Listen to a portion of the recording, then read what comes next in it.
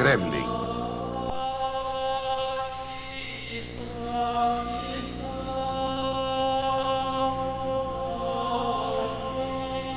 Milhares de quilômetros para o noroeste, uma outra parede foi construída para a defesa contra os invasores mongóis. Mas, em vez de estender-se pela paisagem, esta parede cercava uma pequena cidade. É a cidade de Moscou. A palavra em russo é Kremlin. Por 8 séculos, as paredes do Kremlin protegeram as partes cruciais da civilização russa. Dentro de seus 28 hectares estão localizados igrejas, catedrais e os palácios dos czares. Foi dentro do Kremlin que os regimes de Ivan o Terrível e Pedro o Grande nasceram. Que a Igreja Russa Ortodoxa dominou as almas da nação.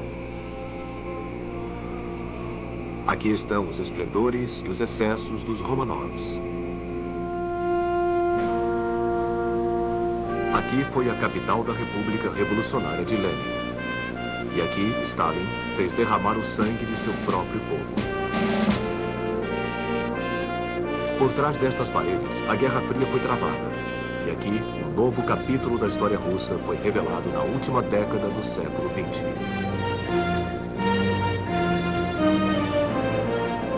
Todo o enredo da história do povo russo está incorporado pelas torres e cúpulas deste complexo.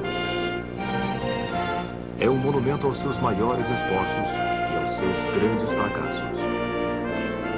O escritor russo Mayakovsky foi ainda mais além. A Terra, tal como conhecemos, começa no Kremlin. O Kremlin teve, de alguma maneira, um começo mais modesto. Inicialmente, havia apenas uma fortaleza triangular em madeira, que protegia os palácios do Principado de Moscou.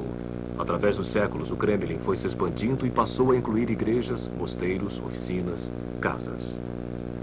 Mas foi Ivan III, conhecido como Ivan o Grande, quem no século XV visualizou que Moscou seria uma grande capital imperial, rivalizando com Roma e Constantinopla em autoridade religiosa. Ele adotou a águia dupla como seu emblema e ganhou o título de regente de toda a Rússia, um cargo que seus sucessores viriam a chamar de czar, modelando a si mesmos como os Césares romanos.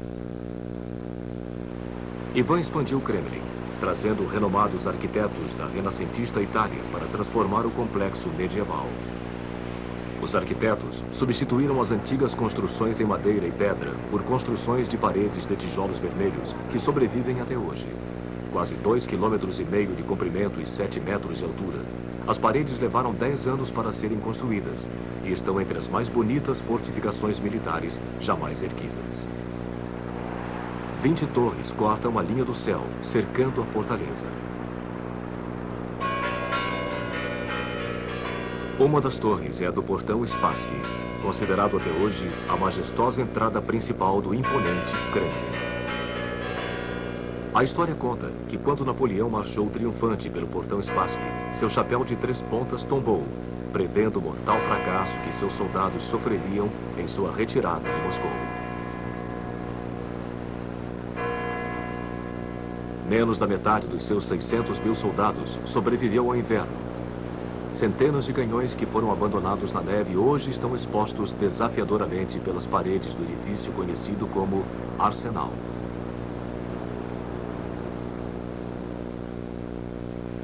Mas se a espinha dorsal do Kremlin são suas paredes e torres, sua alma é representada pela Praça da Catedral.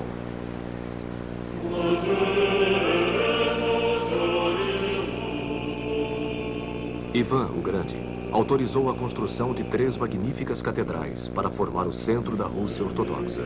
A imensa Torre do Sino acrescentou um ponto de referência para a Praça da Catedral e para toda a cidade.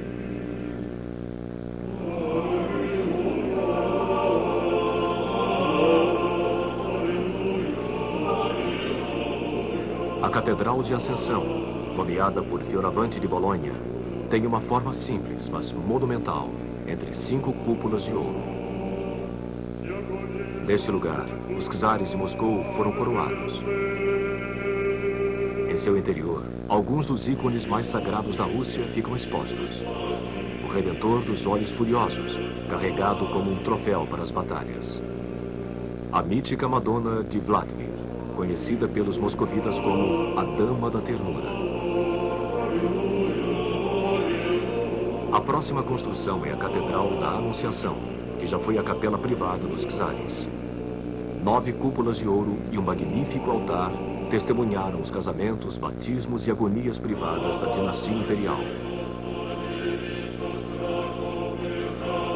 Ivan IV, conhecido como Ivan o Terrível, mostrado aqui no famoso filme de Eisenstein, foi barrado dos cultos por ofensas contra a igreja.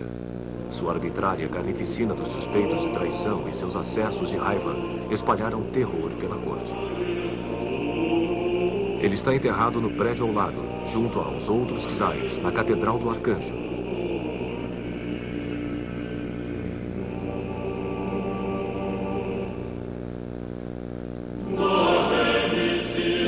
Seu túmulo se encontra ao lado do de seu filho, que foi morto por Ivan com suas próprias mãos. Mas a herança de Ivan o Terrível não foi somente de maldades. Ele fez construir a Catedral de San Basil, bem próxima do lado externo da parede do Kremlin. 9 fantásticas cúpulas se encontram sobre a Praça Vermelha.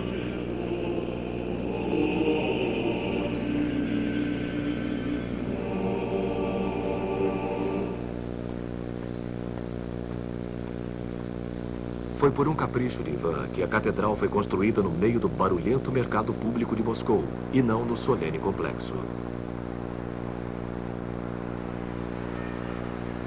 O Kremlin testemunhou os excessos dos czares em meio à riqueza de seus palácios. Enquanto do lado de fora de suas paredes, servos e camponeses russos enfrentavam uma situação de miséria, a corte dos czares superava as capitais imperiais da Europa. Um visitante, ao ver o Kremlin pela primeira vez, comentou: horizontal e verticalmente, torres e cúpulas, pontas, cones, estruturas em espiral preenchem toda a vista. Deve ter sido invenção de Dante quando chegou aos céus russos.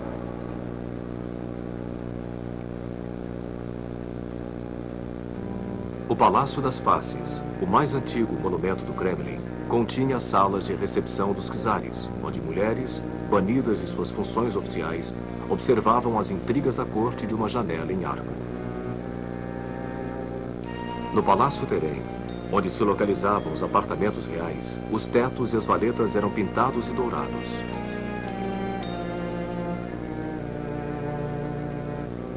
Neste palácio, o jovem czarevich Pedro, o primeiro Romanov, presenciou o assassinato de sua família. Com apenas 10 anos de idade, ele foi forçado a dividir o trono com seu meio-irmão, literalmente um duplo trono, enquanto sua meia-irmã, Sofia, discretamente passava instruções para o jovem czar. Foi Pedro quem, em 1712, colocou um fim das intrigas sangrentas do Kremlin, transferindo a capital para a nova cidade do norte, São Petersburgo. Mas o Kremlin permaneceu uma casa longe de casa para os Romanov. Durante os 2 séculos seguintes, os antigos palácios foram reunidos no Grande Palácio do Kremlin, que se tornou a peça magistral da corte imperial. Ambientes para recepção pública foram construídos em larga escala para impressionar os visitantes ilustres. Somente o St. George Hall mede 65 metros de comprimento. Mais intimistas, mas não menos opulentos, são os quartos privados do palácio, onde os Romanov satisfaziam seu lendário apetite para as artes decorativas. Muitos dos tesouros do Kremlin eram eventualmente expostos no Museu Imperial, conhecido como The Armory, onde os esplendores da corte foram cuidadosamente restaurados, mesmo durante a era da dominação soviética.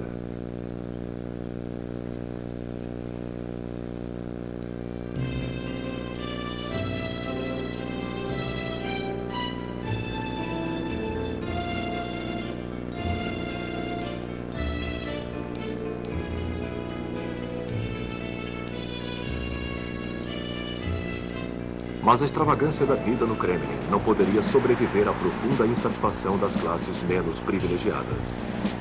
Depois da Revolução de 1917, Vladimir Ilyich Lenin fundou a nova República Socialista. Na primavera seguinte, ele transferiu a capital para Moscou. O Kremlin passou a ser mais uma vez o centro do poder russo.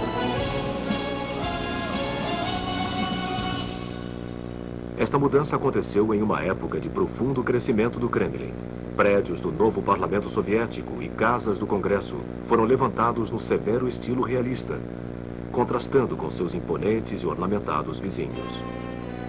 Aqui também ficavam os alojamentos espartanos de Lenin, que preferia comer em pratos lascados do que em pratos de porcelana imperial. Em mãos soviéticas, o Kremlin foi transformado em um diferente tipo de monumento, não para atender às riquezas da corte, mas para servir ao poder do Estado comunista. A estrela vermelha substituiu a dupla águia dos czares. Bustos de Lenin substituíram os ícones dos santos. E a tumba onde Lenin foi embalsamado se tornou um lugar de peregrinações sagradas para seus seguidores. Mesmo hoje em dia, quando os russos repudiam seu passado soviético, eles não rejeitam o Kremlin. É a história de nosso Estado. O Kremlin sempre foi o centro político, cultural e espiritual do país. Para mim, o Kremlin é sagrado. É a história do Estado da Rússia, o qual existe e vai sempre existir, independentemente das comoções que podem vir a acontecer e a sacudi-lo. Nós realmente amamos este lugar, eu em particular.